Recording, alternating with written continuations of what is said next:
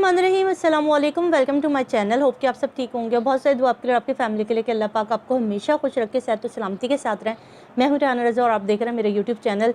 वो दिन और वो लम्हा आ गया जब मेहदी साहब ने दुआ ज़हरा से मिलना था। आज शेल्टर होम में गए और मेहदी साहब के ने और भाभी ने, जो वहाँ पे जितने भी लोग मौजूद थे, उन्होंने जब वो लम्हात देखे, वो मनाजिर देखे, जब बेटी और माँ गले लिख के फूट फूट के रोए, वो वहाँ मौजूद तमाम लोगों की आंखों में अश्क थे। वो खुसूसी मनाजिर थे जिसको शायद मेहदी साहब और साइमा भाभी ने देखने के लिए 6 महीने गुजार दिए कि कब वो अपनी बेटी से मिलेंगे और उसको अपने सीने से लगाएंगे। वो बहनें जो अपनी बहन को ढूंढती थी, कितनी दफ़ा उन्होंने वीडियो मैसेजेस किए रो रो के हमें अपनी बहन से मिलना है। आज फाइनली वो दिन आ गया और उन लोगों के मुंह पर भी जन्नाटेदार थप्पड़ पड़ गया जो पहले दिन से ये कहलवाते आए थे बच्ची से कि मैं अपने माँ बाप से नहीं मिलूँगी, मुझे अपने माँ बाप से नहीं मिलना, मैं नहीं मिलना चाहती। आप ज़रा पुरानी इंटरव्यूज़ उठाकर देखिए और उसके अंदर जो बच्ची ने जो जुमले उसके मुंह में दिए जाते थे, जो अल्फाज उससे कहलवाए जाते थे, आज उस बच्ची ने उन तमाम जुमलों की नफ़ी कर दी।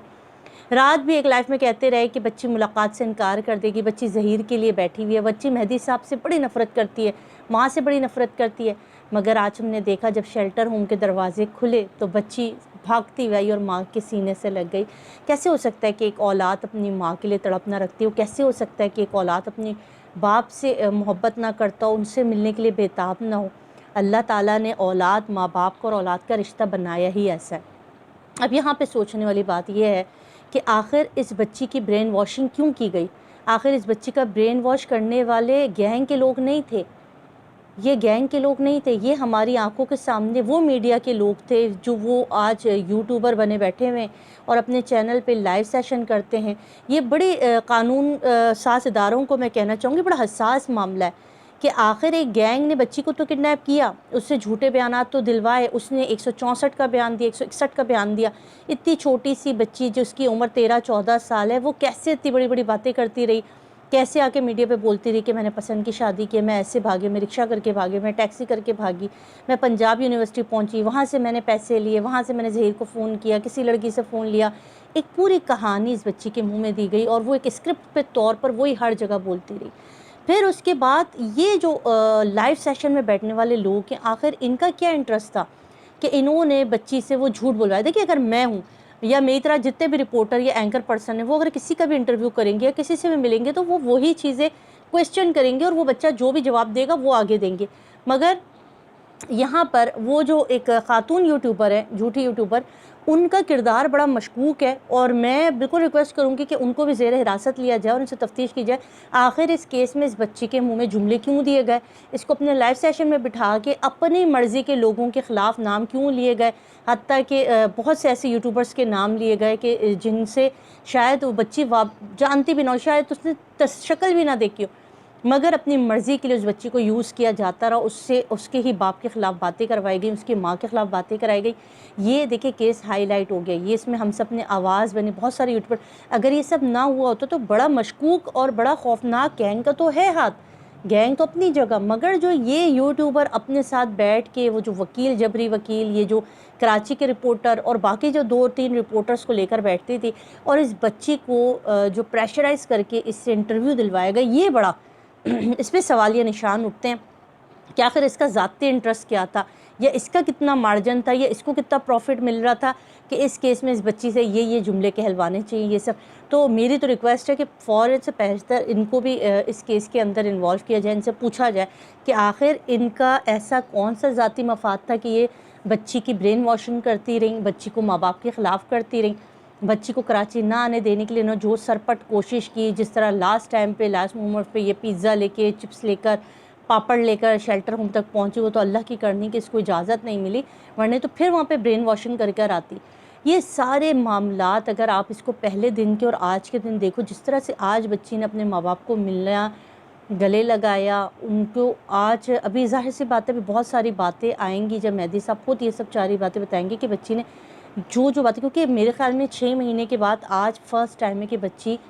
माँ बाप से अपने दिल का हाल बताएगी कि किस ट्रॉमे से वो गुजरी, किस तरह के लोगों में वो रही, क्या क्या उसके ऊपर मज़ालिम ढाए गए, किस किस ने उसको जबरन इंटरव्यू देने के लिए कहा, कि किस तरह से उसको इस गैंग ने जो है वो यूज़ किया। یہ بہت اہم چیز ہے۔ آج کی ملاقات میرے خیال میں تاریخی ملاقات ہوگی، اور آج کی ملاقات میں بہت سارے ایسے سوال، ان کے بھی جوابات ملیں گے، اور اللہ ان لوگوں کے مقافات عمل میں لا رہا ہے، اور لائے ان لوگوں کو جنہوں نے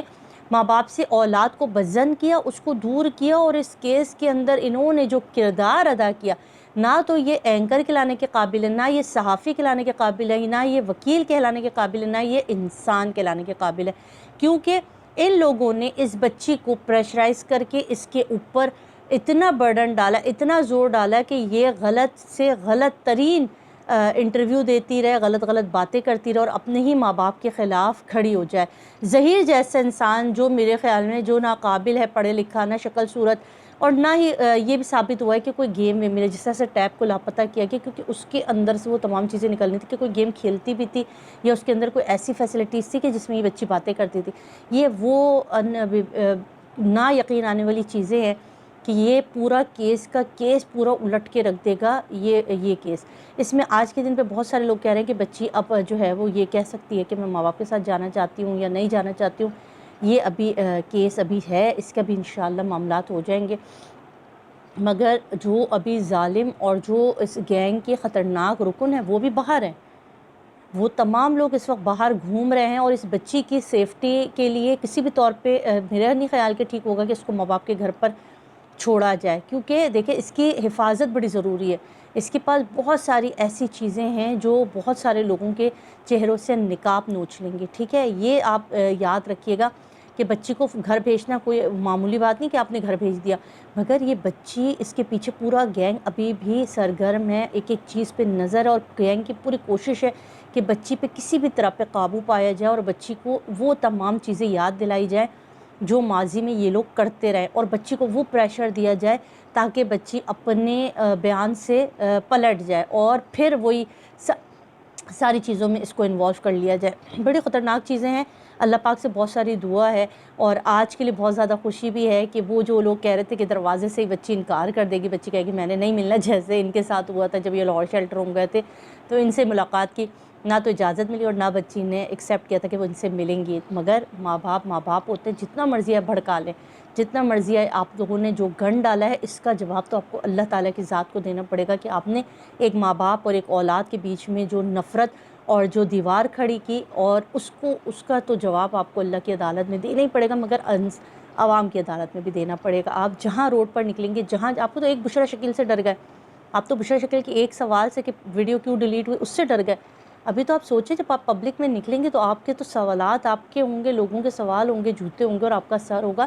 آپ لوگ کون سی دنیا میں رہتے ہیں۔ بس یہ جو ایک چھوٹی سی ویڈیو تھی، کوشش تھی کچھ چیزوں کو پوائنٹ آؤٹ کرنے کی۔ اپنا خیال رکھیے گا، اللہ حافظ۔